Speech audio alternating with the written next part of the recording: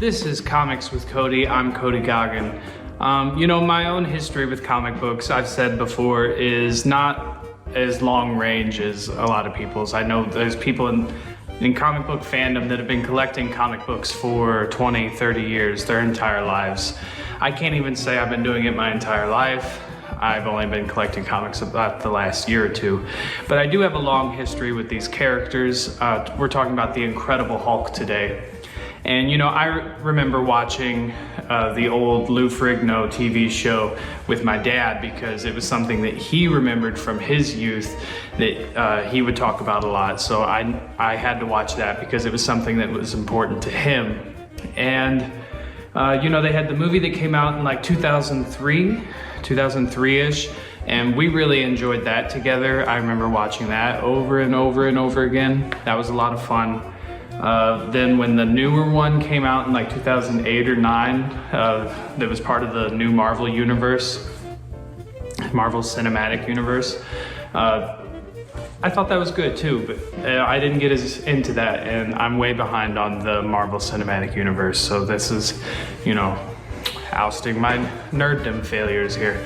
But we're talking about the Incredible Hulk comic books today, and so that's really exciting. I found that while collecting comic books, the Incredible Hulk was actually much more difficult to find than some other characters, and whenever I did find Hulk books, they were priced a little bit higher than some of the other characters. I don't know why that is. I'd be curious to know why that is. If you do, leave me a comment below. My very first Incredible Hulk comic book is number 280. 280. Finding older Hulk books, which this isn't even that old, it says 1982 here. Not that old at all. But even finding books as old as this in the Incredible Hulk. Now that's granted, my price range when I started collecting comic books was I'm only collecting cheap books, what I can afford for fun. I wasn't out to get the really expensive key books or to have nice fancy museum pieces to hang on my wall or anything. I just wanted comic books because it was something that it took me way too long to get into. I should have been buying comic books a long time ago. From 280 to number 311.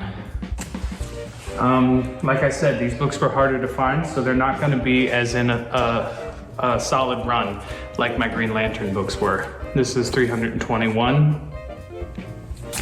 I love the way these Incredible Hulk books, the covers, especially on the older ones, always are really striking. There's always like solid colors in the backdrop. Maybe that's what sets it apart. A lot of them are white.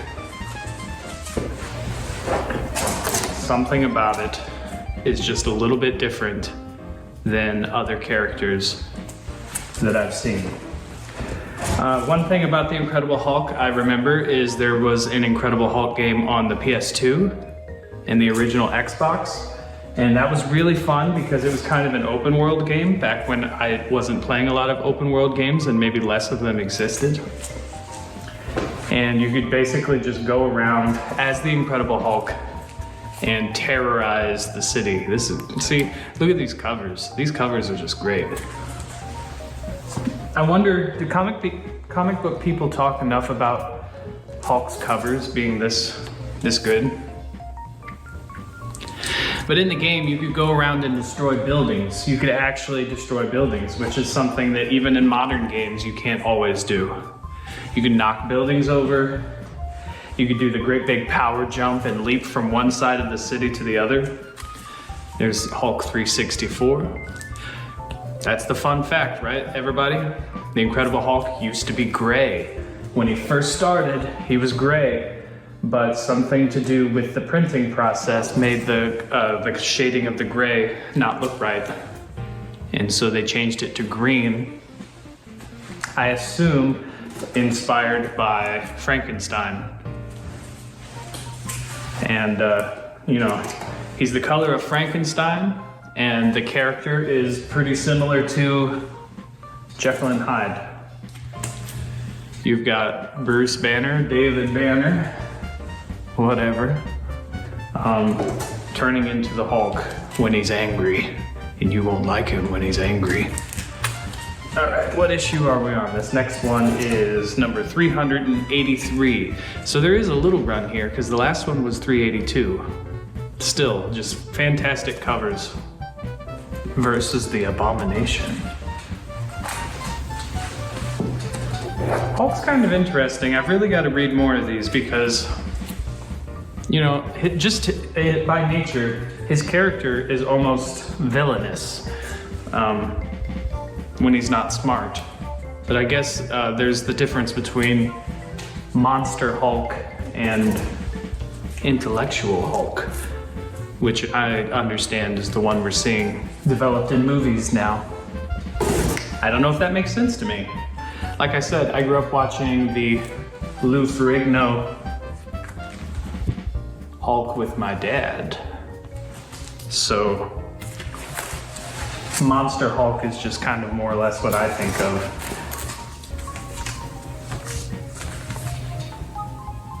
I really don't know how much that has to do with the comic books though, because, ooh, here's a cool one. This is the Punisher and Hulk.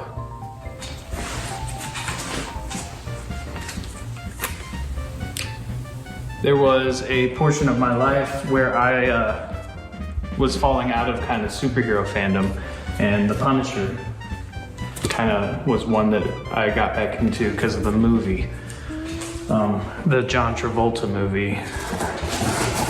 And then they had the other one come out, the other movie. It was smaller and it had the guy from Seinfeld in it. That was, I think, Seinfeld. That was really good. But now the logo is taking on a life of its own, to say the least. Some of these covers maybe aren't quite as interesting as those early ones. Let's see, this is number 407. It looks like probably 1993.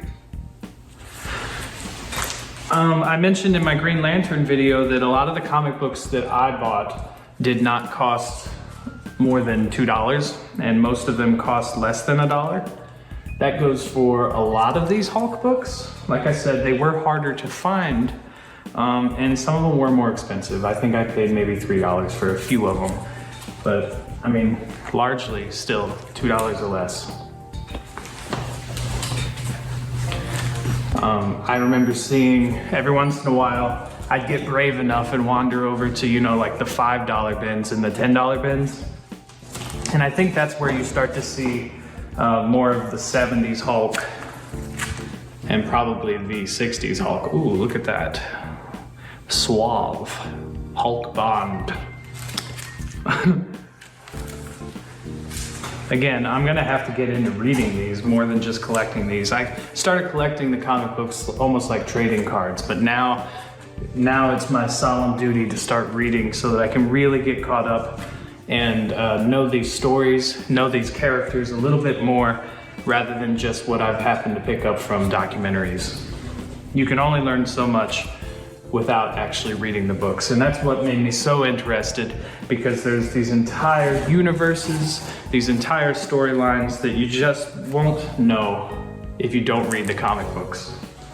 And that's one reason why I would advocate, if you're a fan of the movies and you aren't reading the comic books, I'd say we're all missing out at that point.